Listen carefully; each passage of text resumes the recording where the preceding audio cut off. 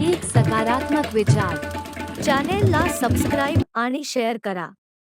महानगरपालिकेच्या निवडणुका 15 जानेवारीला होणार असून या पार्श्वभूमीवर अमरावती महानगरपालिकेकडून तयारी सुरू करण्यात आली आहे. अमरावती महानगरपालिकेत एकूण 87 जागांवर नगरसेवकाची लढत होणार आहे.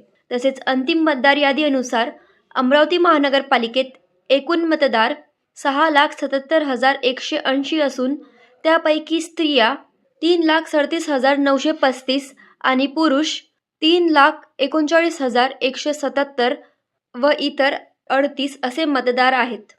निवडणुकांच्या पार्श्वभूमीवर मनपा आयुक्त सौम्या शर्मा चांडक यांच्याकडून बुधवारी 17 डिसेंबर रोजी पत्रकार परिषद आयोजित करण्यात आली होती.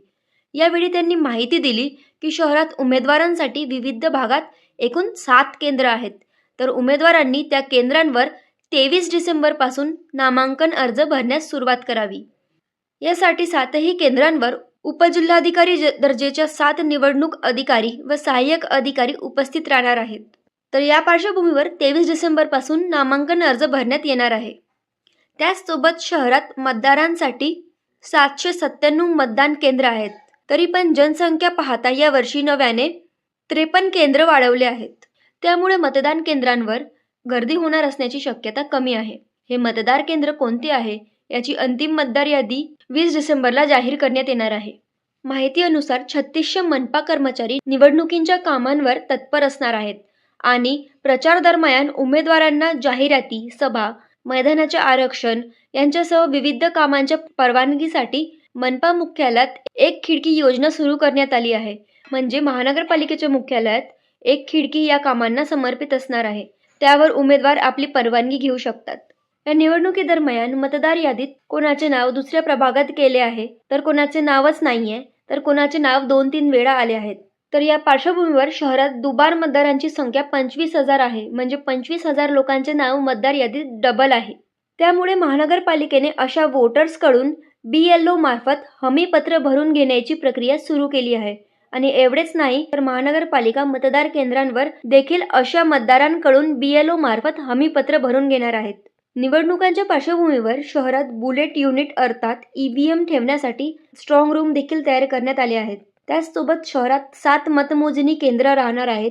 त्यामध्ये पिंक केंद्राचे देखील समावेश असणार असून तिथे संबंधित प्रभागामधील मतमोजणी होणार आहेत. आणि या सगळ्या प्रक्रियेदरम्यान नागरिकांसाठी एक खास माहिती आहे की महाराष्ट्र निवडणूक आयोगाकडून वोटर्स ॲप प्रकाशित करण्यात आले होते. या वोटर्स ॲपमध्ये आपल्या प्रभागाची, आपली व आपल्या शहरातील निवडणुकाची माहिती मतदारांना घेता येणार आहे. सुरू आहे जी आतापर्यंत आमची कारवाई होती, आता ही पूर्ण कारवाई आयोगामार्फत आपल्या क्षेत्राची कारवाई पूर्ण सुरू करण्यात आलेली आहे. त्यामध्ये आपली अंदाजे मतदान केंद्राची जी संख्या आहे ती जवळपास 797 अशी आहे.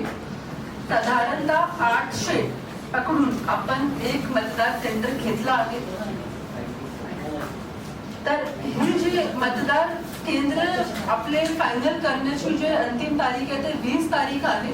आपले जवळपास झाले आहे मतदार केंद्र फायनल, परंतु फायनल त्याचे व्हेरिफिकेशन होत आहे आणि लगेच ती यादी पण प्रसिद्ध होऊन जाईल.